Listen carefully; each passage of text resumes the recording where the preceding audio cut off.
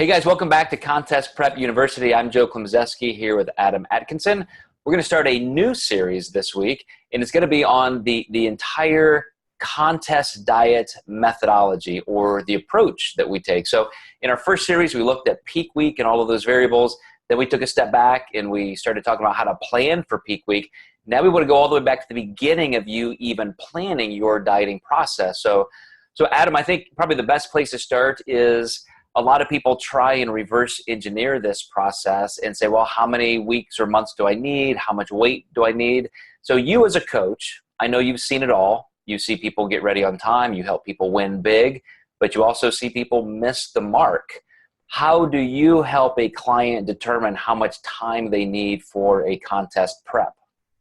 Yeah, I think one of the biggest misconceptions is, a lot of people make that initial calculation, I'm going to lose 1 pound a week, and it's just not going to be that linear. You're going to lose more in the beginning when you have more existing fat cells, and when you have less existing fat cells, a pound of loss can be a huge percentage of your body fat left. And I think that's where a lot of people do miss the mark, is if they're planning on a pound a week, if you're getting absolutely shredded, a half pound or a quarter pound might even be the gold standard weight loss, being in those final weeks where body fat's really low. So getting people to understand that, if it's a brand new client, a lot of times you don't know metabolically how fast they're going to be able to move. So a lot of times I'll add a few weeks even there, just because they're a brand new client versus someone that I've maybe worked with before, and we have a good track record of maybe faster or maybe slower loss. If you've worked with someone, it's way easier. But in that initial consultation, erring on the side of having more time than less and telling them how important that is.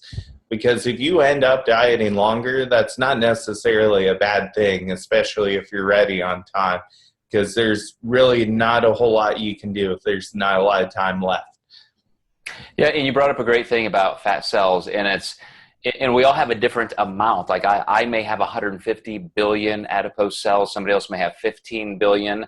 And it's not that we gain or lose body fat cells through the process, but the impact of hormone regulation of body fat loss has to do with how much volume there is in those fat cells.